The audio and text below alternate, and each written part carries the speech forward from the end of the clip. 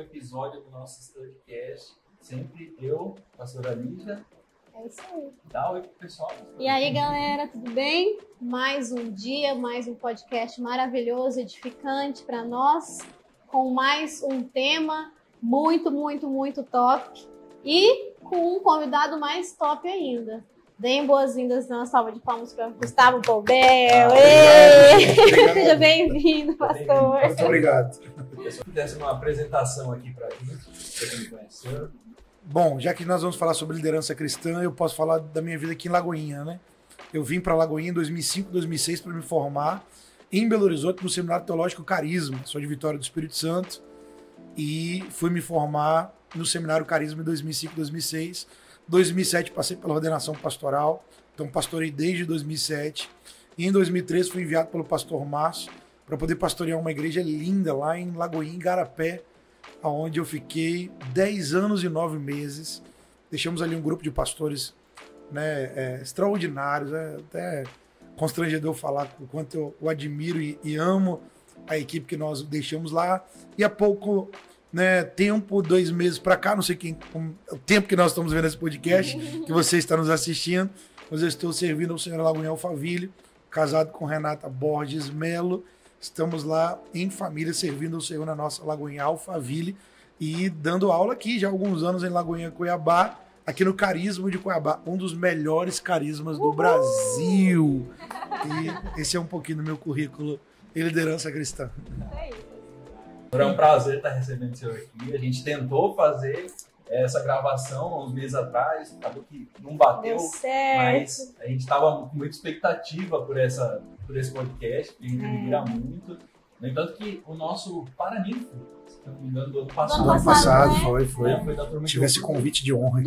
Da nossa formatura, né, pastor? Da nossa formatura. Então, era algo que a gente estava esperando muito, né? Então, como a gente estava conversando antes de começar o podcast, vamos falar das matérias do carisma. E essa semana o professor Gustavo Poubel está falando sobre liderança. É liderança cristã. Liderança cristã, isso. Então a gente vamos já começar direto com o tema, porque tem bastante assunto que vai ser poderoso. Né? Vamos lá. A gente até tem um roteiro de perguntas aqui. Mais fáceis primeiro aí, hein? Pelo amor de Deus. O que costuma acontecer? A gente sempre começa com uma pergunta e a conversa vai indo, claro. E a gente acaba nem precisando das outras. Né? Então, a primeira pergunta que a gente já vai de cara é o que seria verdadeiramente o significado de liderança para nós que somos cristãos. Uau! Lembrando o pessoal de casa que está nos assistindo que nós não combinamos as perguntas, hein? Está ao vivo aqui, gente. Está no bate-pronto aqui, hein? Isso aí. Se nós pegarmos a definição básica de liderança seria influenciar pessoas. Quer dizer, você conduzir outras pessoas a reproduzir ações baseado em valores, em comportamentos, gerando até hábitos e cultura, né? Então, nós estaríamos falando da capacidade que nós temos como ser humano de influenciar outras pessoas também. Se nós pegarmos alguns textos bíblicos, nós vamos lembrar de Gênesis, no capítulo 1, do versículo 26 e 27, quando Deus diz: façamos o homem a nossa imagem conforme a nossa semelhança. Então a nossa primeira identidade bíblica é sermos imagem e semelhança de Deus. Mas no mesmo versículo, né, 26, Gênesis 1, 26, a Bíblia vai dizer para nós que ele disse, né, o Senhor disse sobre nós: façamos o homem a nossa imagem conforme a nossa semelhança. E diz assim, tem ele domínio sobre os peixes do mar, sobre as aves dos céus, sobre os animais aquáticos, selváticos e tudo mais. Quer dizer, na nossa identidade de sermos imagem e semelhança, nós recebemos a autoridade para liderar, governar, organizar sobre toda a criação. Então, todo ser humano é um líder nato, segundo Deus o criou. É claro que na frente nós podemos falar sobre dons e tal. E um dos dons específicos também é liderança.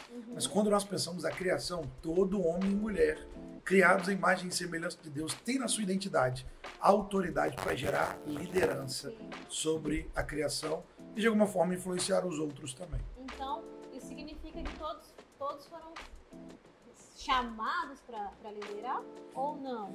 Todos foram chamados para liderar de forma geral. Por exemplo, quando um pai ou uma mãe ganham uma criança, eles recebem o encargo e a autoridade de liderar os seus filhos. Então, mas complexo possível que pensarmos nisso, ou o mais simples possível, Sim. há uma liderança direta. É verdade. Então todos foram chamados para liderança. Se eu confio um espaço a alguém para que esse alguém cuide e organize desse lugar, ele está exercendo algum nível de liderança. Sim.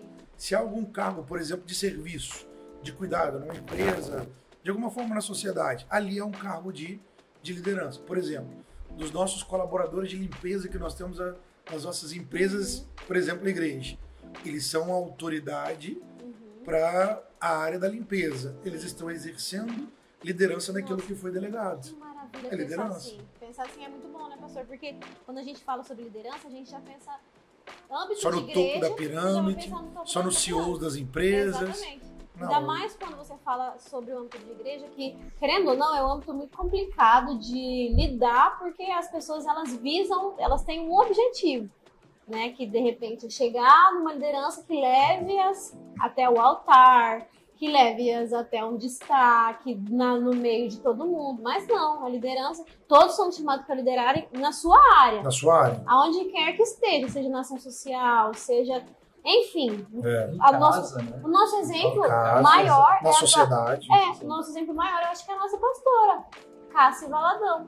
Sim, ela não exerce nenhum cargo religioso de destaque, mas ela lidera maravilhosamente a casa dela. A casa dela e lidera em muito a nós com relação ao seu modelo e ao modelo. Por exemplo, é uma forma de liderança. Quando nós olhamos para a liderança corporativa nos dias de hoje, muitas vezes ela é muito diferente da liderança bíblica. Jesus mesmo disse, se eu não me engano, é Mateus capítulo 20, ou por volta do 20, ele diz que nós experimentaríamos uma liderança diferente do mundo. O mundo é o seguinte, aqueles que mais dominam outros estão no topo da posição de liderança. Sim. Mas ele olha para os discípulos e por isso para a igreja, para nós, dizendo, mas com vocês serão diferentes. Que aquele que mais serve será maior no reino de Deus. Então imagina, ele inverte a pirâmide, né? Aquele que quer ser de maior cargo ou pelo menos de maior influência, será aquele que mais vai servir. Em Marcos 10, 45, ele mesmo dita para nós o ritmo de liderança. Ele diz, eu não vim para ser servido, mas eu vim para servir e dar a minha vida em resgate a muitos. Em João capítulo 13, ele se levanta no momento em que ele pede para os discípulos prepararem a ceia, e ninguém se preparou para ser o servo que lavaria os pés na recepção dos convidados. Ele se levanta, tira a túnica rabínica, né, de sobre ele se veste de servo, ele pega a bacia, coloca água, a gente entende no texto, ele se ajoelha, ele lava os pés dos discípulos, enxuga-os, e de uma forma tão constrangedora, em amor, né, eu fico imaginando o tanto de valor que eles receberam porque o maior estava servindo os menores. E ele se levanta e diz, vocês me chamam mestre e senhor e fazem bem. Mas bem-aventurado vocês são se vocês fizerem os mesmos. Paulo vai dizer no capítulo 12 de Romanos que nós somos como um grande corpo. O corpo de Cristo, a igreja, é um grande corpo. E cada membro tem o seu lugar e a sua função. 1 Coríntios capítulo 12 também, Paulo vai dizer para nós que todos nós somos membros. Ao ponto dele dizer que a orelha não pode dizer ao pé, né? Eu sou mais importante do que você, nem o olho dizer a mão eu te desprezo. E no final ele diz, porque quando um membro é honrado, todo o corpo é honrado. Quando o membro é desonrado, todo o corpo é desonrado. Então nós imaginaríamos que a liderança cristã ela é diferente do que esses topos de pirâmide. Esses lugares altos onde alguém diz, cheguei no topo, cheguei no lugar de maior relevância. Não, pelo contrário. Se eu faço parte do corpo, eu sou um membro ativo, então a minha parte ativa no corpo é tão liderança quanto o outro que está, por exemplo, sobre mim. Então nós poderíamos pensar que liderança cristã, ela pode se organizar com relação a, aquela expressão organizacional. Sim. Porque quando nós pensamos em instituição, em organização, nós precisamos de ter aqueles que respondem mais, ou respondem por setores específicos da organização, e a igreja não sai disso. Sim. Mas quando nós pensamos na liderança no sentido de corpo e de membresia, cada um exerce a liderança na sua identidade, na função que tem, de igual modo. Sim. O pastor não pode bater na mesa e dizer, eu sou mais importante que todo mundo. Tá bom, pastor. Então no próximo culto, nenhum voluntário vai vir. Sim. Nenhum time de pastores vai vir, ninguém vai vir. Você vai ver o quanto você vai poder liderar. Porque cada um, exercendo a sua função, está lidando a sua carga de liderança dentro do meio do corpo de Cristo, né? Onde o Senhor nos chamou. E aí, pastor, você para pensar sobre essa questão organizacional que você falou, e aí eu fico pensando, a maioria dos grandes líderes que foram, que de repente, que foram levantados para estar ali, por exemplo, o pastor Hugo. O pastor Hugo, ele é administrador de carreira, ele se formou em administração, e ele por muitos anos foi gerente de um banco grande, acho que era Santander, inclusive. Uma boa escola, né? E quando a gente fala sobre esse âmbito organizacional, essa carga que a gente trouxe ali, você falou, escola, tudo aquilo que a gente aprendeu no âmbito organizacional é válido para a liderança cristã? Muito, muito válido. Quando nós pensamos, vou utilizar o exemplo que você trouxe, tá, pastor?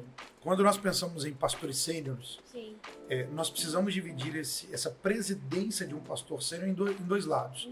Ele precisa ter a gestão ministerial / espiritual, ele precisa ter a gestão administrativa / organizacional. Se alguém vai exercer um cargo de função de serviço, de liderança dentro da igreja e não tem essas duas características, eu acredito que ele não é um bom candidato a ser um pastor sênior. Porque o pastor sênior precisa ser um organizador, né, ministerial, mas também precisa ser um organizador administrativo. Então é muito importante. Alguém já disse de uma forma muito, muito incrível, um exemplo. Jesus disse no capítulo 15 de João que ele é a videira, nós somos os ramos. Então a igreja seria a grande videira verdadeira em Cristo. E alguém disse de uma forma muito brilhante que a organização da igreja, como uma organização, é como se fosse uma trelice. A trelice é aquela estrutura que se utiliza para que a parreira, né, a videira ou a parreira, ela venha crescer e se desenvolver. Então há um princípio de liderança organizacional que é tudo que você põe em ordem cresce. A organização precede o crescimento. Então quando eu pego um pastor que tem essa expertise, ele vai saber organizar muito bem a trelice, para que a videira, quer dizer, a parte da organização organizada, a parte do organismo da igreja viva, ela tem espaço para crescimento. Ela vai crescendo de forma mais organizada. Olha a capacidade de crescimento que Deus deu para os últimos anos da Lagoinha Cuiabá. Tem a ver com uma boa gestão, tem a ver com uma boa organização dos pastores, da equipe, né, pastoral de liderança que eu conheço aqui também, e de tantos quantos estão fazendo parte disso tudo, entendendo que a igreja do Senhor é um organismo vivo, mas também tem uma organização por detrás. E é importante a gente saber isso, pastor, porque eu acho que muitas pessoas elas ficam querendo fragmentar mesmo a questão organizacional da igreja. Não sei, de repente por associar monetização financeira a escândalos financeiros, né? Porque quanto melhor a gestão da liderança, maior é o desenvolvimento, obviamente, né? Então, eu acho que é muito bom a gente falar sobre isso, para que todos entendam como que o corpo de Cristo em si precisa ser organizado, né? Muito. E aí a gente aprofunda mesmo essa visão de liderança. Pra gente saber, é bom até a gente entrar nesse assunto para a gente saber o limite que seria entre o que a gente pode trazer de um ambiente corporativo e o que a gente, até onde a gente consegue. Essa pergunta não é fácil responder, não. Até mesmo porque quando a gente fala sobre uma igreja celular, né, uma igreja em células, que não é o nosso caso, nosso IGC, mas é quase a mesma coisa. É a mesma coisa, mas grupos pequenos. né, a gente fala sobre multiplicação, sobre ter uma meta ali, né, sobre trazer uma pressão, vamos supor, né, sobre a multiplicação dos GCs e tal. E aí, de repente, talvez seja nesse momento, em outros, mas que começam a não ficar saudável o ambiente corporativo dentro da igreja, né? Porque a gente precisa ter muita visão espiritual em cima dessas questões, né? A pastora Liz, que está ligado ao administrativo financeiro da igreja, ela tem essa autoridade para falar. Mas eu acho que eu posso responder, ou tentar, pelo menos, agregar um pouco de duas formas. Uma é, se nós olharmos para as escrituras, nós vamos achar nela matemática, geografia, física, história, política. Todas as ciências se encontram nas escrituras. Sim. Mas nós podemos, há de convir que nós podemos ter a ciência fora das escrituras. Sim. Então na Bíblia tem matemática, mas eu posso aplicar matemática fora da Bíblia, de uma forma conceitual, científica. O que a gente não pode fazer na casa de Deus, na igreja, é aplicar a ciência sem as escrituras. Entende? Então eu acho todas as ciências na palavra. Mas a palavra de Deus, ela é superior a todas as ciências, ou ela é a base, o meio pelo qual nós enxergamos todas elas. Então eu não posso só ter uma gestão eficiente. Eu preciso ter uma gestão espiritual. Então eu preciso pegar o princípio bíblico, que tem nascimento na sua função espiritual, e aplicar de forma natural, clara, também como gerência, a ciência, mas submetida às escrituras. Por exemplo, a gente tem assim, né? Há anos atrás alguém descobriu, olha, os pastores precisam aconselhar bem, então tem que fazer curso de psicologia. Sim. Então foram vários pastores indo para psicologia e voltaram com o conceito de psicologia. Ajudaram muitas pessoas e muitos pastores. Qual foi a linha que se passou em alguns casos? Alguns pastores, algumas igrejas. É trazer toda a técnica de psicologia, deixando as escrituras de lado e colocando a psicologia no púlpito, por exemplo. Sim. Então eu paro de pregar as escrituras para fazer do momento de pregação ou de mensagem de estudo bíblico um grande consultório. Aí eu erro, eu falho. Eu posso colocar no aconselhamento? Posso, devo. São ferramentas quando elas estão submetidas à palavra de Deus. Gestão é a mesma coisa. Eu não posso, dentro da casa de Deus, por exemplo, visar o lucro. Eu não posso visar o lucro. Mas espera lá, a Bíblia fala de quase 3.000 versículos falando como o ser humano deve lidar com dinheiro à luz das Escrituras. Então eu preciso de uma excelente gestão. Né? Quando eu olho, não sou uma empresa para olhar para lucro, mas sou um mordomo para administrar um dinheiro, ou recursos de pessoas que estão se dedicando ao Senhor. Sim. Também através da sua vida financeira. Isso deve voltar para uma igreja local, uma igreja global de forma eficiente. Meu Deus, aí que eu tenho que usar os valores e princípios bíblicos e usar a ciência sobre a luz dos valores e princípios bíblicos. Olha o tanto que isso é importante ser falado, porque a gente para de ser religioso, para de caminhar pela fala dos outros e começa a entender a realidade das coisas de verdade. Porque não faz sentido você estar no mundo e não usar as ferramentas que Deus deu para gerenciar a casa dele, né? Aí a gente entra num assunto até polêmico, que é a própria Laguna Global, né? Que muitas pessoas falam que virou uma franquia e etc. Mas olha a profundidade disso que o pastor Paul Bell falou. Sobre gestão. E é isso que eu sempre vi no pastor André Valadão. Uma gestão baseada na palavra, mas muito bem dirigida. Gestão. Cientificamente. Né? Porque senão o dinheiro vai ser mal aplicado, senão os escândalos virão. Né? Então a gente precisa entender aquilo que está acontecendo ali. E isso é desmistificar e tirar a religiosidade. Exatamente. Eu acho que quando essa linha é ultrapassada, a gente tem o exemplo mais claro até é do coach. Porque é uma vamos dizer assim, é uma profissão que não é tão assim usada do jeito certo aqui no Brasil. Mas fora, né, tem muita gente que trabalha com isso, mas de forma diferente, não motivacional. E aí a pessoa acaba, tipo, quando ela substitui, aí o coach vai para cima da palavra, e é o exemplo talvez mais claro que ultrapassa essa linha, né? Até mais do que a liderança anterior, porque é um excelente exemplo. A gente tem também talvez um conceito prático aqui, ó. Nós estamos num podcast, as pessoas estão nos assistindo no streaming, quer dizer, no YouTube.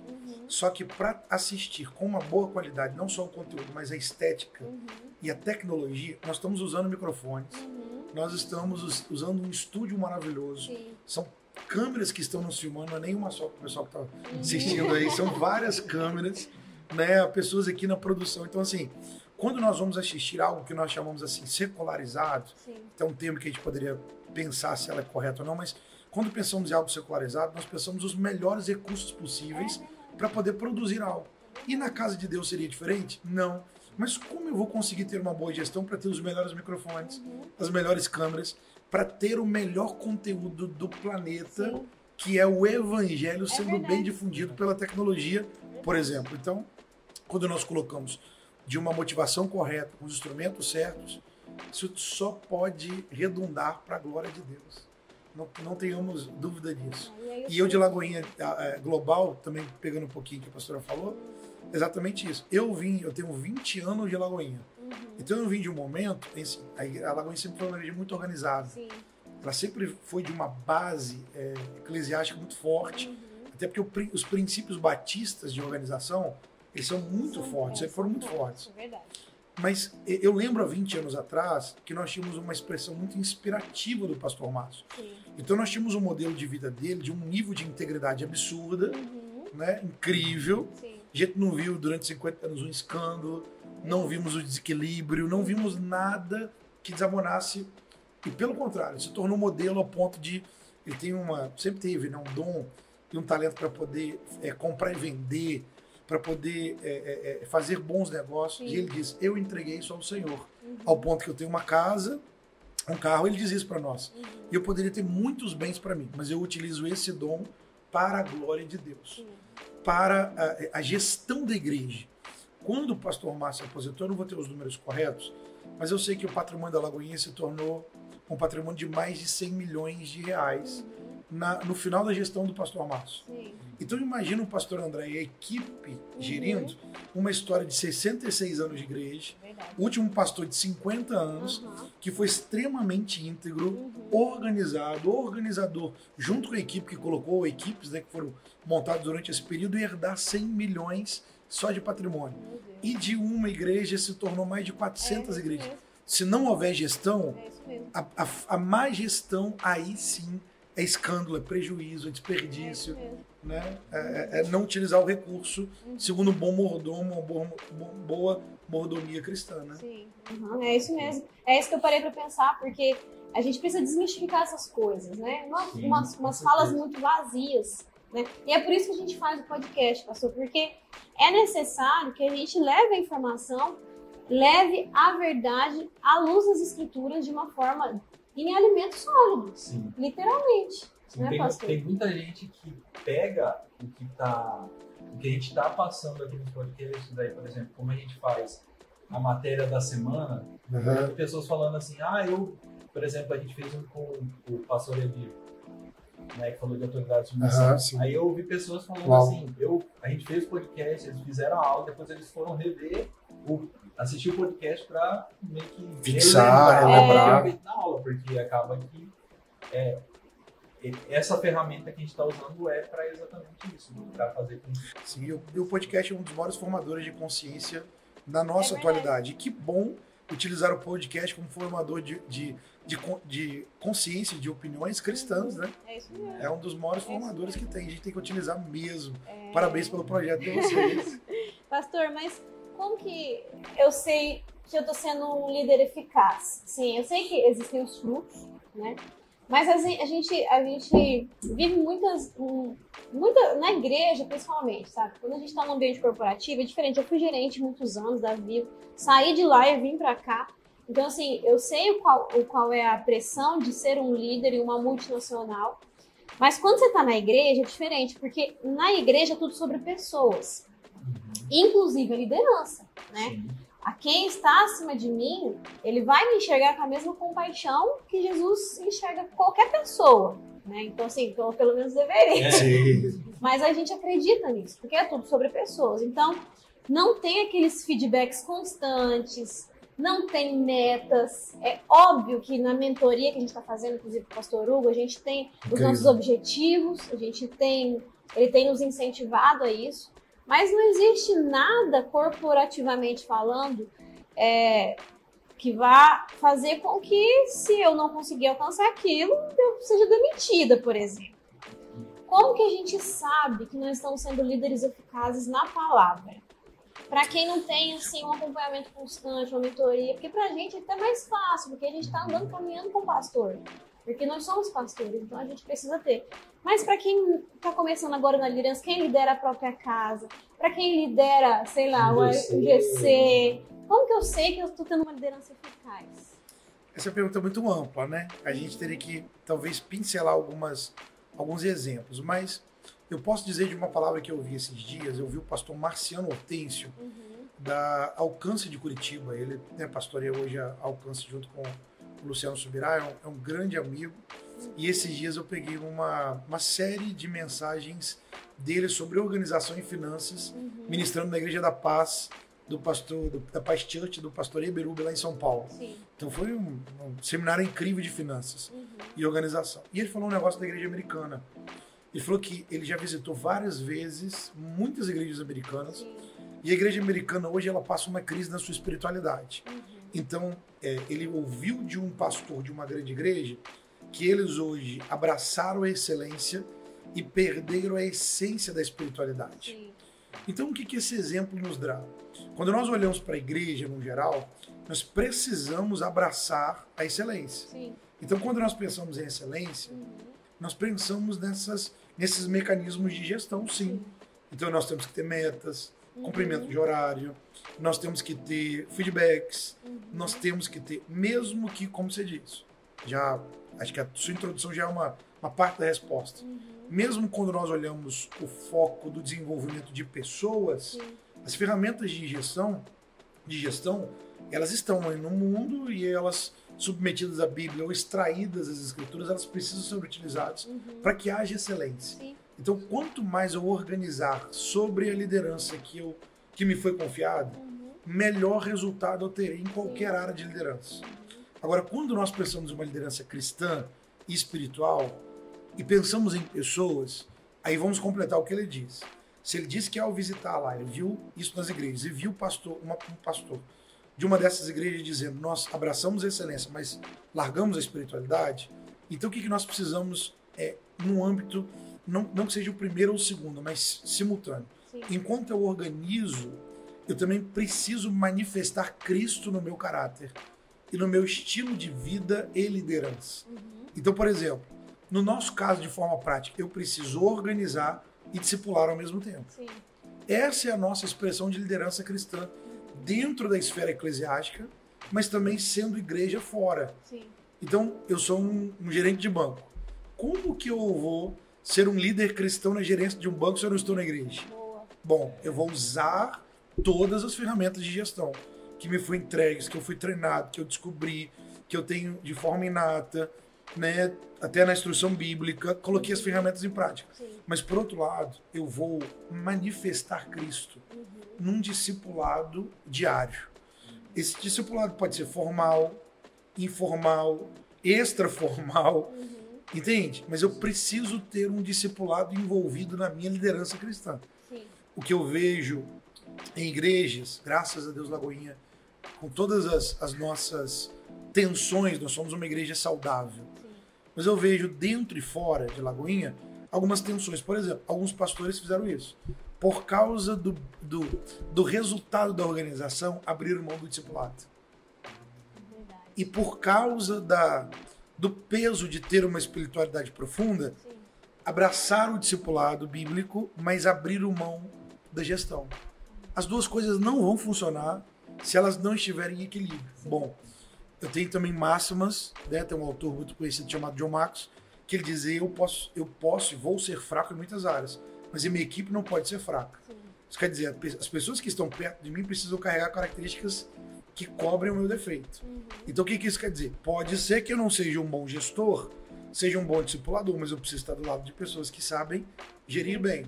Ou vice-versa. Eu posso ser excelente gestor e preciso de estar sobre um discipulado para aprender a discipular outros. Mas quando eu penso em liderança cristã, eu preciso de pensar em ferramentas de organização e eu preciso pensar em discipulado. Manifestar Cristo aos olhos e ao coração de quem está próximo de mim. E quem não pensa em discipulado é candidato a ser um bom líder? Se eu pegar a palavra liderança cristã, não. Se eu pegar a palavra liderança no sentido conceitual, sim. Alguém que organiza, alguém que influencia, porque cá para nós. Só vou jogar um extremo, depois eu volto, tá? Se eu jogo um extremo. Bom, hoje no Brasil, existem organizações criminosas mais organizadas que muitas empresas. Então alguém pegou a ferramenta de liderança organizacional e colocou para o mal. Então alguém pode dizer: esse é um excelente líder para o mal, mas ele usa ferramentas de liderança. ele tem comunicação assertiva, ele tem unidade, ele tem organização de recursos, entende? Ele consegue executar tudo isso, mas para o mal, de forma maligna. Bom, então eu preciso diferenciar a liderança conceitual, liderança como um todo. Lembra do começo? Eu tenho na Bíblia todas as ciências, mas eu posso utilizar uma ciência sem as escrituras. Eu posso utilizar a ciência da liderança sem as escrituras. Mas o líder cristão não. Todo líder cristão, ele vai organizar, mas ele vai discipular. Ou talvez o discipulado esteja até na frente da organização. E a questão do alimento, pastor? Porque às vezes a pessoa eu tô fazendo muitas perguntas, né, pastor? Não tô deixando essa verdade. Às vezes a pessoa, ela foca tanto na liderança dela e no desenvolvimento, e às vezes até no desenvolvimento do outro, porque de quem ela lidera. Mas e o alimento em si, para ela mesma? Por exemplo, a gente tem passado por isso, acho que toda igreja passa por isso, de pessoas que estão aqui o tempo inteiro. E aí, são dois pesos, né? Eu lidero muito bem na igreja, mas na minha casa eu não lidero. Eu lidero muito bem na igreja, mas eu sempre estou em déficit aqui na minha questão do meu devocional, na questão do meu relacionamento com Deus. O que a gente consegue trazer, biblicamente falando, sobre esse equilíbrio? É claro que tem muitas coisas, mas o que a gente consegue falar sobre isso, na sua fala, sobre esse líder que está ali o tempo inteiro, se dedicando à obra e deixando ao lado espiritual, querendo crescer muito. Esse líder consegue entregar alguma coisa? Primeira pergunta, né? Para passar alguma coisa para você, não tem um devocional? Felizmente ou infelizmente, ele vai entregar muito, por causa da capacidade de produtividade que ele tem. Agora, nós teríamos que fazer um balanço com relação à capacidade de produtividade versus a qualidade dessa produtividade. Talvez essa seria, né, o grande teor. Se eu pensar em alimento, eu preciso pensar assim. Eu dei um exemplo simples. Uma vez eu li uma literatura que dizia, eu posso errar nos números, tá? Mas alguém escreveu dizendo sobre apicultura, falando sobre o cuidado de abelhas. Sim. E alguém disse que a abelha rainha, ela não nasce abelha rainha. Não é que uma abelha rainha cruza com outra abelha rainha e se torna uma abelha rainha. Não existe. Ou uma abelha rei, né? Ela já é a reprodutora no restante do enxame. Sim. Mas, em certo momento, há algumas que serão selecionadas para serem possíveis abelhas rainhas. Só que, nessa seleção, o que a abelha rainha faz? Ela pega a geleia real e ela alimenta aqueles vocacionados a serem de uma forma especial durante pelo menos 21 dias. E depois de ter aquela alimentação especial, algumas selecionadas elas vão se destacar. Sim. E uma delas ali, ou algumas delas vão se tornar abelhas rainhas. Então, olha, se isso é verdade, eu não vou saber dizer, não sou especialista, só um exemplo, Sim. é que o alimento especial torna aquela abelha uma abelha reprodutora. Sim. Então é claro que quando eu penso em um líder que já está debruçado no serviço do ministério, se eu quero que ele produza, né, ou se eu, no lugar dele, quero produzir de forma equilibrada, eu preciso dessa alimentação especial. Então, número 1, todo mundo que serve na casa de Deus tem que fazer igual Marta e Maria. Lucas capítulo 10, versículo 38, a Bíblia diz que Jesus foi até Betânia e Marta recebeu ele na sua casa. Então, quem primeiro hospedou foi Marta. Mas Maria entendeu a oportunidade. Espera lá. Eu não vou só ficar nos afazeres da casa. Eu vou me tornar uma discípula pessoal. Ela rompeu as atividades da cozinha, que seriam, talvez, na cultura ali, eram reservadas para as mulheres. Sim. E ela disse, eu sou uma discípula, porque o meu coração, assim, o busca. Então, ela foi para a sala de estar onde Jesus estava. Sentou aos pés do Senhor e ouviu a sua voz. Quer dizer, estava ali para ouvir as suas palavras. Marta, talvez travada culturalmente, ou alguém que tem uma personalidade mais colérica ou sanguínea, mais lidado, ou melancólico, não sei como é que seria, talvez o colérico ou o melancólico, mais orientado por tarefas, olha para aquilo e diz, espera lá, nós teremos que dar só a ele tarefas, e não atenção, devoção ou louvor. Eu fico imaginando a crise daquela cena. E de repente ela chega de uma forma, vamos dizer assim, talvez um pouco mais até abrupta para Jesus, diz, Senhor, você não se importa que minha irmã tenha me deixado de servir só? Ordena, pois, que venha me ajudar. Jesus olha para ela e diz, Marta, Marta, você está ansiosa, atarefada com muitas coisas. Sim. Todavia, Maria escolheu a boa parte, a qual não lhe será tirada. Entre outras palavras, minha filha, a sua parte ao lado da sua irmã, aos meus pés, está reservado. Vem sentar. A tarefa ela é muito importante, mas ela precisa ser um resultado do relacionamento. E ela tinha traços de esgotamento. Senhor, o senhor não se importa? O Filho de Deus, o Rei da Glória, para a sua agenda extremamente ocupada. Alguns estudiosos dizem que na história, na história bíblica, era a última semana pascual. Então ele estava indo para a cruz, meu Deus do céu. Tinha um momento de tensão. Imagina a aceleração do coração do Senhor, né? Imagina aonde ele poderia estar no mundo. E ele escolheu estar naquela casa. É claro que ele se importava com Marta. Só que o esgotamento não impede o favor de Deus sobre nós, mas impede de percebermos o favor de Deus sobre nós. Nossa, meu Deus. Uma outra expressão, que minha irmã tem me deixado de servir sozinha. Ela não estava sozinha. Era só uma questão de prioridade. Entende? Só que as prioridades são perdidas quando nós perdemos o relacionamento. Aonde o esgotamento surge? Serviço sem relacionamento gera esgotamento. Então, o que nós precisamos entender? Se eu sirvo, eu preciso ter o combustível espiritual para o serviço. O meu tempo devocional com o Senhor. Pode ser fechada a porta em oração e leitura bíblica? Se possível, deve. Esse é o nosso primeiro lugar. É o nosso primeiro lugar de encontro com Jesus. Ah, mas eu tenho dificuldade. Então tem outros mecanismos. Coloca um louvor, coloca um podcast do StudioCast dos ouvidos e coloca no carro, coloca indo para o trabalho. Quer dizer, de alguma forma se expõe às Escrituras. E no momento congregacional, não pare só para olhar para o seu serviço. Porque isso é uma crise, é muito bom levantar essa bola. Porque nós hoje temos a evidência do voluntariado nas nossas igrejas. Isso é maravilhoso. Porque a igreja tradicional, ela selecionava alguns para o serviço e outros serem cuidados nesse serviço. Você ia ser evangélico lá fora, para o mundo. Isso é bom. Mas aqui dentro já tem quem serve, já tem os contratados e os vocacionados. Hoje não, nós entendemos que todo membro é chamado ao ministério, principalmente o ministério de voluntários. Só que o grande despertar do voluntariado não pode deixar de estar bem alimentado na questão espiritual. Agora, é claro, aí a gente complementa só para passar a bola para vocês de novo. Depois do alimento espiritual, como Marta e Maria ouviram de Jesus, quer dizer, Maria praticou, Marta foi exortada, eu acredito que ela voltou para esse lugar de relacionamento. Sim. O alimento espiritual para nós não pararmos o serviço, mas qualificarmos o relacionamento e termos o serviço à altura do relacionamento.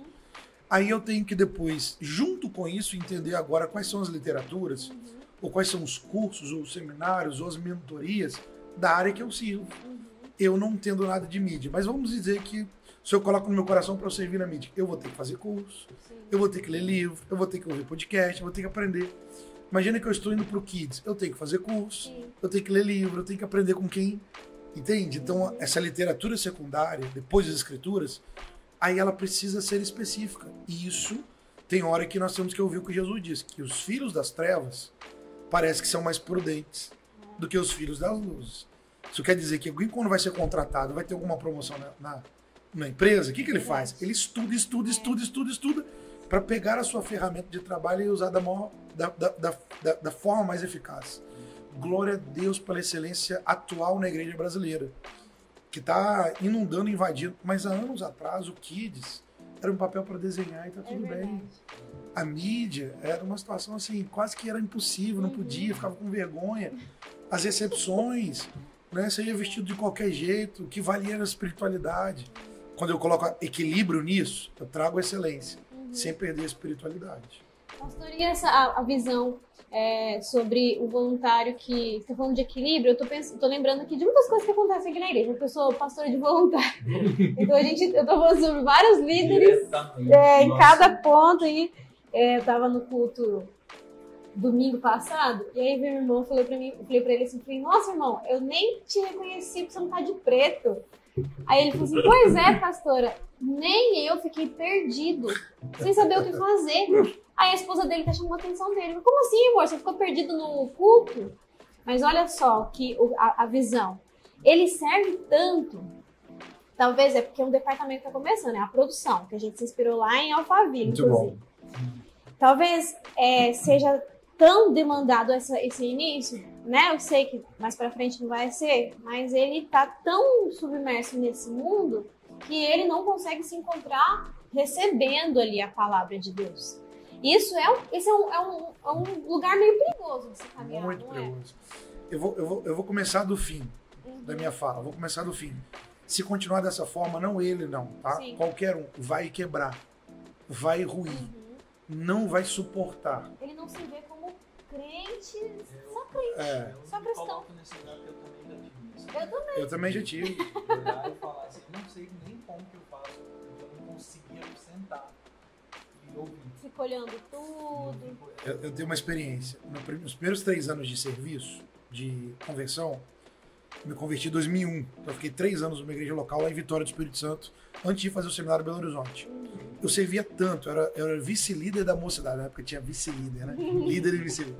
Eu era vice-líder da mocidade. Eu estava tanto tempo na igreja, tanto tempo servindo. Com 19 anos, tinha acabado de encontrar com Jesus, né? A faculdade estava indo nos primeiros semestres, solteiro. Eu fiquei tanto tempo na igreja que um dia Deus me deu um sonho. E olha como é que eu me vi. Eu me vi num lugar como se fosse uma grande indústria, assim, mas talvez um galpão com várias baias de trabalho. E eu estava trabalhando, eu estava ali confeccionando algo, fazendo, eu não me lembro o que, mas era o sonho. E eu só me via no sonho, trabalhando, e tinha no relance, assim, a janela.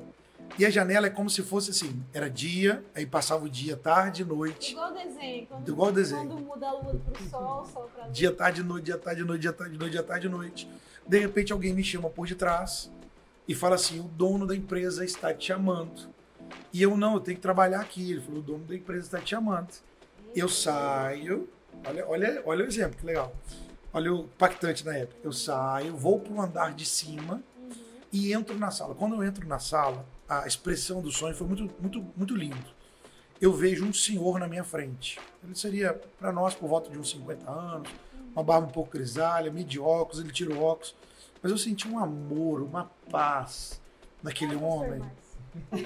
Acho que era o pastor Márcio, que eu esperava encontrar ali, né? Um ano depois eu estaria junto com o pastor Márcio.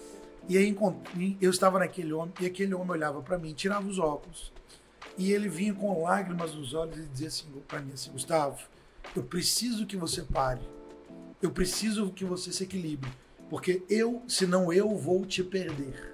Meu Deus. E vinha essa frase no meu espírito, e eu acordei. Quando eu acordei, eu falei, meu Deus, eu estava diante de uma figura de Jesus. Quem estava falando comigo é Jesus.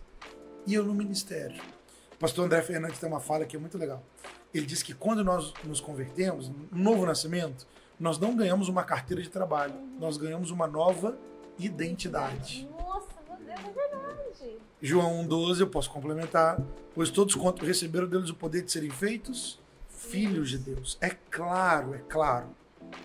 Vou pegar um modelo bíblico. Em João capítulo 12, é depois do capítulo 11, o capítulo 11, Lázaro ressuscitado. No capítulo 12, começa o capítulo dizendo de um banquete. No banquete, a Bíblia diz que estava lá, servindo a mesa. Lázaro estava na ponta da mesa. E a Bíblia diz que muitos foram lá para ver Lázaro. Não só para ver Jesus, mas para ver Lázaro em quem Jesus tinha ressuscitado. O texto diz assim. E a Bíblia diz que Maria estava servindo, estava ali presente, enquanto ela vai nos seus aposentos, pega o vaso de alabastro, derrama sobre a cabeça de Jesus, o adora de forma extravagante. Nós conhecemos o texto. Bom, o que a Bíblia está dizendo para nós? Que depois que Jesus nos tira da morte e nos coloca na vida, nos tira da morte do pecado, nos dá uma nova vida segundo o Evangelho, nós agora vamos servir, não para ter dele algo, mas porque já recebemos dele tudo e vamos transbordar em gratidão a ele. E existem linguagens de serviço. Como Marta, ela estava servindo ao Senhor com atos de serviço na mesa. Quando nós servimos uns aos outros, somos como Marta, servindo ao Senhor. Bom, Lázaro estava servindo ao Senhor naquela cena. Como? Toda vez que alguém chegava na casa, perguntava a Lázaro, como é estar morto e ressuscitar? E ele tinha que contar o seu testemunho. Como para nós, alguém perguntar, como é que você mudou? Como é que é a sua transformação de vida? Toda vez que nós testemunhamos a nossa mudança de vida, nossa transformação de vida, estamos adorando a Jesus no nosso testemunhal, como Lázaro. E Maria, o que Maria fez? Foi lá no seu tesouro particular, pegou um item de valor, de maior valor, para derramar em louvor, adoração, entrega e devoção a Jesus. Então há momento da devoção, do choro, da entrega, do louvor, da honra ao Senhor. Agora, tudo isso tem que ser nessa ordem, é resultado. Se eu tenho esse irmão, como aconteceu com cada um de nós aqui, se nós só nos vermos cristãos no ato do serviço, então estamos perdendo a autoridade da identidade.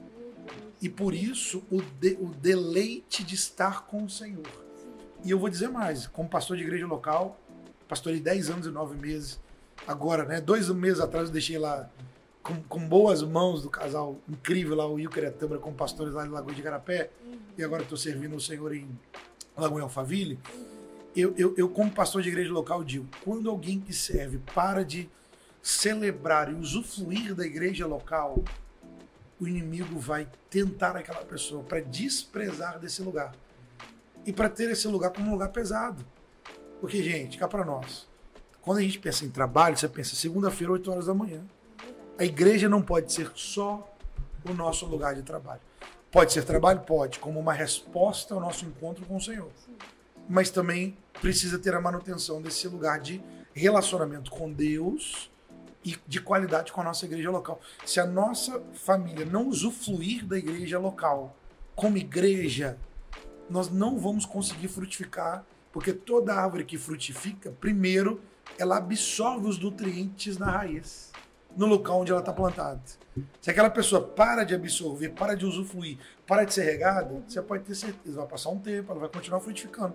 Depois ela vai ver a igreja pesada, cinza, como trabalho, ela vai querer ir para outro lugar. Ou ela vai querer ficar em casa um dia, 2, vai ficar no streaming, porque é menos pesado. E aí a gente tem um grupo de desigrejados hoje em dia que foram pegos por esse laço. Acharam que o Senhor, em vez de dar uma certidão de nascimento, do novo nascimento, deu uma carteira de trabalho na conversão. Mas é meio confuso, Senhor, porque outra situação. Tem muitas situações. Nós temos muitas pessoas que nós acompanhamos as suas debilidades da vida, né? Então a gente discipula, a gente auxilia, e são pessoas que sempre foram muito ativas na igreja, né? A maioria delas.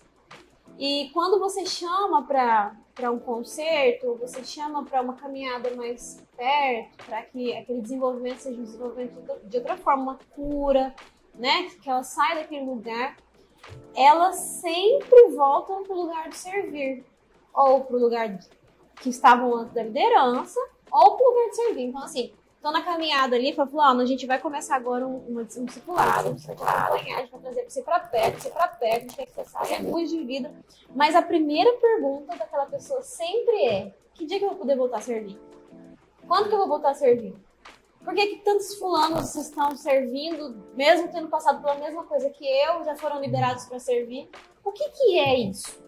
Qual que é a visão que a gente pode ter disso? Será que é uma dependência, uma busca por aprovação, algo nesse sentido? Tanto que eu descarto o meu eu, descarto aquilo que eu preciso do meu processo, porque eu quero estar lá servindo, eu quero estar lá liderando, porque eu quero estar lá na frente. Nem que seja no diaconato, mas eu quero estar lá. É amor pela obra? Algumas frases que precisam nos impactar, né? Esses dias eu estava vendo um podcast incrível sobre liderança.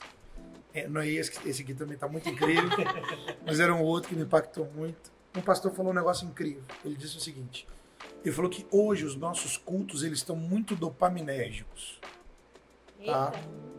Porque nós estamos numa sociedade extremamente dopaminérgica. Então tudo para fazer sentido tem que ter a expressão da experiência. Ok? Então hoje servir também é uma grande experiência dopaminérgica. Agora, eu vou dizer a solução, mas eu não tenho a resposta de tudo que nós precisamos de fazer. Sim. Qual que é a solução? A solução é o discipulado. A chave bíblica é o discipulado. Ponto. Mas eu não posso dizer que ela é uma resposta simples, mas de aplicação complexa. Por quê? Porque eu teria que fazer assim, um fatiar de camadas para entender por que aquela pessoa ela volta ao mesmo comportamento, mesmo que eu dei a ela uma oportunidade, uma orientação, uma chance de de ter um outro comportamento. Por exemplo, ela pode estar com uma vida muito sem graça lá fora, e quando ela vem para a experiência do culto, servir é tão bom, é tão incrível, é tão dopaminérgico, que ela encontra ali o seu lugar de êxtase e de alegria. Sentido para viver, sei lá. Em partes, isso é maravilhoso. Eu, como pastor de igreja local, volto. Eu lembro de uma senhora, a Dona Maria, ela é diaconisa, né? Seria hoje o nosso Lagoinha Experience, né? Ou o nosso Welcome, né? O nosso ministério de Welcome, né? E ela na porta, mais de 70 anos de idade. 70 anos de idade. Um dia ela me procurou, pastor, a minha filha me levou para o médico. O médico disse, né? Eu estava tendo algumas crises de pânico, de ansiedade. E o médico, o psiquiatra, me deu remédio e disse para eu descansar. Que eu não posso estar em um lugar com muita gente. E ela chorando, olhando para mim, falou, pastor, se eu largar a casa de Deus e o serviço ao meu Deus, eu morro. Eu morro amanhã. Por favor, fale com a minha filha que eu preciso servir ao Senhor aqui na comunidade onde eu amo. Mano, aquela senhora com 70 e pouco, quase 80 anos de idade, se eu tiro ela do serviço, se a filha tira do serviço, ela no outro dia ela cai dura, vamos dizer assim a expressão. É lógico que para ela faz bem. É lógico que aquela ali é extraordinário. Agora, o que para nós aqui, nós estamos numa mesa de liderança com líderes que estão nos assistindo. O que nós precisamos como igreja? Nós precisamos ampliar o conceito de liderança, de discipulado. Sim. O conceito de discipulado precisa ser ampliado. Por exemplo, esse dia fazendo um devocional, fui no texto de 1 Timóteo capítulo 3. 1 Timóteo capítulo 3 fala sobre os bispos e depois sobre os diáconos.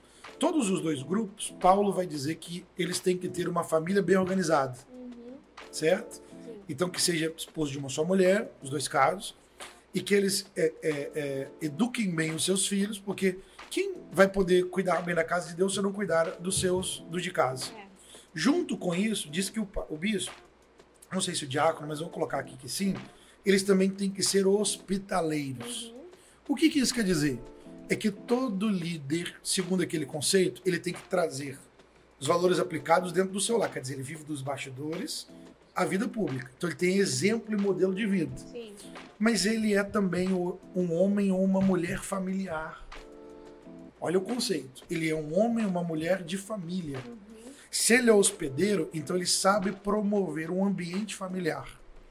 Então, discipulado é chegar na casa de Deus e pegar os voluntários e também mostrar, segundo esse texto, que a igreja não é só um lugar de trabalho ao Senhor, mas é um lugar de família para Deus. Olha o que a Bíblia está dizendo de forma talvez direta, mas discreta. Sim. Que o líder precisa ser um homem de família ou uma mulher de família, mas que ele precisa saber criar ambientes familiares no lugar de serviço. Meu Deus, que profundo. Então, quando isso acontece, quer dizer, olha o conceito de discipulado ampliado. Sim. Você fala, então tem hora que eu tenho que sentar na mesa com o meu povo, com o meu departamento, ou esse irmão. Sim. Tem hora que eles têm que me ver com atividades extra, o fone da produção, correndo para dizer, olha, vai dar certo, horário, corre e tal. Esse é um bom momento. Mas eu preciso, de outro lado também, ter um discipulado que ele é mais amplo, ele demonstra mais coisas. Eu fico imaginando Jesus com os discípulos. Eu posso ser preciso teologicamente. Eu não sei dizer. Mas eu acho que Jesus não só ceou com os discípulos uma vez. Porque se ele teve 3 anos de ministério, talvez 2 ou 3 vezes ele sentou para praticar a Páscoa. Sim. Talvez não. Talvez eu esteja errado, eu vou conferir isso depois. Foi uma vez só. Mas se não, o que isso dá para nós como conceito? Que ele sentou com eles em mesa mais de uma vez. Sim. Então, o conceito de mesa não é um conceito de trabalho. É um conceito de igualdade, é um conceito de comunhão, é um conceito de serviço mútuo, é um conceito de governo compartilhado, é um conceito de olhar nos olhos, falar ao coração. Então, o discipulado hoje ele precisa ser mais amplo em 2 aspectos, só para ser mais prático. Primeiro, a revelação das Escrituras, porque o que muda a nossa crença é a palavra de Deus revelada. Então, uma vez que a nossa crença muda, você muda também. E segundo, o exemplo da mentoria. Então, os nossos líderes, que somos nós, a gente precisa criar ambientes diferentes do que só fazer da igreja um bom lugar de trabalho e serviço. Jesus não nos quer trabalhando para ele. Jesus nos quer trabalhando com ele. Sim. Pós uma mesa de comunhão. Então tenhamos mais mesas. Tenhamos mais modelos familiares. Talvez isso pode nos ajudar. Seriam 2 modelos, então, de mesa. Seria o modelo onde os discípulos estão ali sentados, tipo, esse que o senhor comentou, e seria mais o tipo, como aconteceu com Zaqueu, Jesus está na casa de Zaqueu, que eles estão ali, mas não sentados à mesa necessariamente, mas junto com Jesus, que está ali. Sentado, provavelmente ele foi para casa de Zaqueu sentado na mesa também, né? Então, mas ali, no caso ali, os discípulos... Isso é minha mente. Sim. Mas assim, eu imagino que os discípulos ali estavam mais no ambiente de servir do que de um sentar ali, naquele momento, talvez. Eu não sei. Eu acredito que talvez, às vezes que Jesus estava em casa, quando a Bíblia não diz que ele estava ou pregando, a casa estava cheia, então 4 amigos levaram um paralítico para ser curado. Sabe como? Se não está dito isso, ele está à mesa praticando tempo de mesa em comunhão. Então ele, como líder, sabia produzir um ambiente familiar. Isso era, vou usar um exemplo, uma palavra moderna, isso era descompressador, eram momentos de descompressão. Entende? Então não é só fazer do lugar do discipulado um ambiente de trabalho, é fazer do lugar do discipulado um ambiente familiar. Jesus fazia muito isso, provavelmente na casa de Zaqueu. Às vezes até acompanhado com os discípulos. Fazia com aquele momento de falar para Zaqueu sobre o reino de Deus, Zaqueu se convertendo, dizendo, Jesus, eu vou restituir, eu te dou tudo e vou restituir quem eu defraudei. Eu fico imaginando entre aquilo ali, boas conversas, risadas, entende? Um envolvimento, um discipulado acontecendo num ambiente familiar. Talvez diferente de forma mais objetiva, quando ele entrou para curar a filha de Jairo. Ele entrou direto com os discípulos, foi lá, impôs as mãos, talvez, né? Mas a casa de Marta e Maria tinha comunhão, tinha tempo de mesa. No fechamento do discipulado, com relação ao lava-pés, teve tempo de mesa. Então talvez isso gera uma certa descompressão para quem está toda hora, eu quero servir, eu quero estar de preto, eu quero... Ok, mas tem outros momentos que são tão qualitativos quanto e são importantes. Talvez seja uma forma de desenvolver discipulado que vá nos tirando desse lugar de só serviço. Trazer essa visão mesmo para a igreja, trazer essa visão para cada um. Acho que através desse movimento, que cada um vai começando a entender qual que é a visão real de igreja mesmo. Mas com certeza esse conceito da mesa é algo que a gente precisa destrinchar para que o discipulado também seja realmente a compreensão de discipulado seja dada. Porque acho que às vezes os líderes acabam trazendo essa questão do discipulado com um peso grande, né? Porque cuidar de pessoas não é fácil. Né? Não é fácil, não, cada um com seu problema. E a gente ainda tem os nossos problemas pessoais. Não é fácil cuidar da gente. Mas assim, isso é tão importante e é tão gostoso quando você desenvolve mesmo esse ambiente familiar, né? Porque, querendo ou não, laços. E uma outra dica, talvez, pensando rápido aqui, uma outra dica talvez seja nós tirarmos também dos ombros só dos líderes principais que eles têm que ser os principais discipuladores, no sentido de eles vão ser o principal modelo, gestores, e também vão ser discipuladores, mas outras pessoas com cargo em maturidade de discipular, também o corpo vai ajudar muito. Por quê? Porque há uma pressão sobre os pastores, quando eles também são gestores e administradores, você conhece muito bem pelo seu setor de igreja, eles têm que resolver. Às vezes o pastor está no culto pensando como é que ele vai pagar o boleto da segunda-feira de milhares de reais, às vezes milhões, dependendo da igreja, ou do complexo, né, que você já se cuida. Então as pessoas dizem, não, a igreja tem muita coisa boa, tem muito projeto acontecendo, só tem gestores por detrás. Se eu não tiver um time de discipuladores ao lado desses pastores principais para pegar a carga e dizer, deixa que nós também vamos junto com vocês, né? Não é um ou outro, mas junto com vocês. Promover essas mesas de discipulado, de descompressão, de ambiente familiar, de compartilhar da palavra, mas também de comunhão, aí, acho que a igreja vai ficar mais leve. E vai trazer leveza aos líderes principais. Necessário. Muito necessário. Mas, pastor, para a gente finalizar nosso podcast maravilhoso, que a gente podia ficar 5 dias aí falando que esse assunto é top. É muito bom. Qual que é uma dica, de repente, aí que você dá para os nossos ouvintes sobre focar numa liderança cristã? Aquilo que um líder cristão é indispensável, tem como ferramenta indispensável para que desenvolva uma liderança cristã baseada na palavra. E qual que é a dica que você dá? Você já rolou a bola, né? Já explicou, né? Baseado na palavra. É imprescindível. Imprescindível. Você não vai deixar alguém com bisturi na mão abrir sua barriga se você não souber que ele é um médico que fez medicina. Passou pela prática da medicina e agora é experiente ao ponto de poder te abrir. Então não tem como você ser um líder ou confiar em um líder cristão que não manuseia bem as escrituras. Não tem como, não tem como. Sabe o que é absolutamente irresponsável? Sim, com certeza. Então, bom, a nossa primeira fonte e que nós precisamos de ter abundância com relação à exposição bíblica é, número 1, leitura. Número 2, bons seminários. Né? Então eu preciso ter contato com as escrituras, porque ela vai, se ela não vai me ensinar diretamente, e ela vai me ensinar diretamente, que é o momento que você está lendo e aquilo vem como insight, você pega aquilo e fala, meu Deus, achei a ferramenta. Mas vai ter hora que você está lendo e ela não comunicou, o Espírito Santo não comunicou exatamente o que você leu. Mas lá na frente de uma aplicação, numa decisão, numa estratégia, ela vai ser sua balizadora.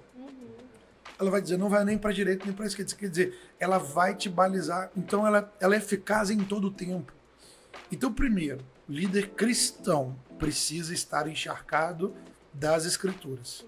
Número 2, livros bons livros cristãos. Porque o que é um livro bom cristão? Quer dizer, é um livro conceitual, mas baseado nas escrituras. Mas é alguém que já viveu 5, 10, 15, 20, 30, 40, 50 anos uma prática. Então, quando nós lemos bons livros, nós aceleramos em muito o nosso desenvolvimento. E eu fico vendo gente dizendo assim, não, ou eu não gosto de ler, ou eu não quero ler. Não, se você não quer, saiba que você não tem vocação para aquilo, ou você ainda achou que é um fenômeno, ao ponto de ser extremamente talentoso e não precisar de nenhum tipo de treinamento. Então, número 1, Bíblia. Número 2, bons livros de liderança, né? Se possível, cristão, no nosso caso aqui, cristão, vai ajudar muito. E terceiro.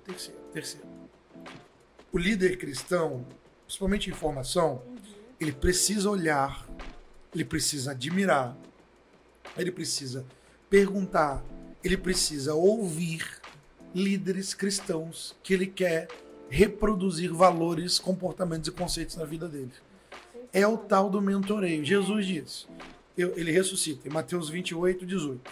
Foi-me dada toda a autoridade nos céus e na terra. Aí ele diz no versículo 19, portanto, ide, fazei discípulos de todas as nações, batizando em nome do Pai, do Filho e do Espírito Santo. Aí ele diz, ensinando-vos todas as coisas que eu vos tenho dito.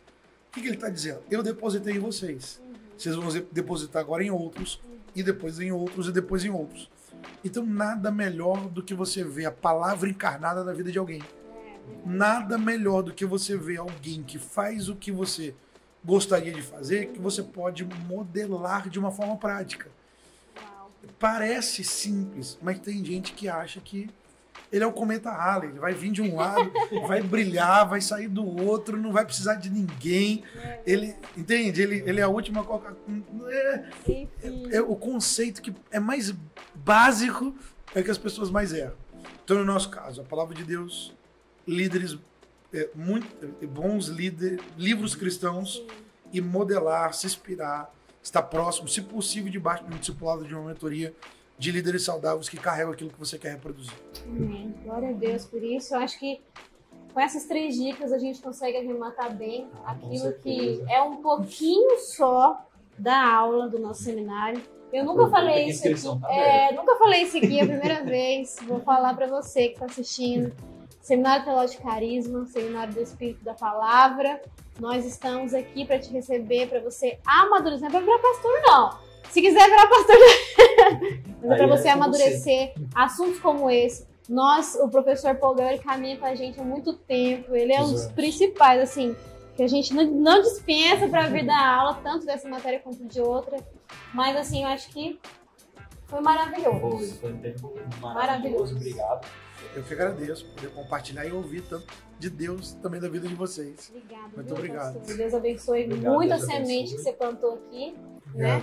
E é isso aí, pessoal. Muito obrigado por ter assistido até aqui. Vou falar de novo no final, eu falo toda vez. Nós temos uma playlist aí com vários episódios. Se você ainda não assistiu, assiste. É só pessoas fantásticas falando de aprofundamento bíblico mesmo.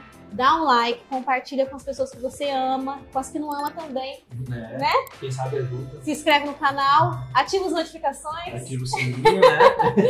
E é isso aí, né, pastor? É isso, queria agradecer o Nath, a Mari, que estão ajudando a gente. É isso aí, muito obrigada, gente. E até o próximo podcast.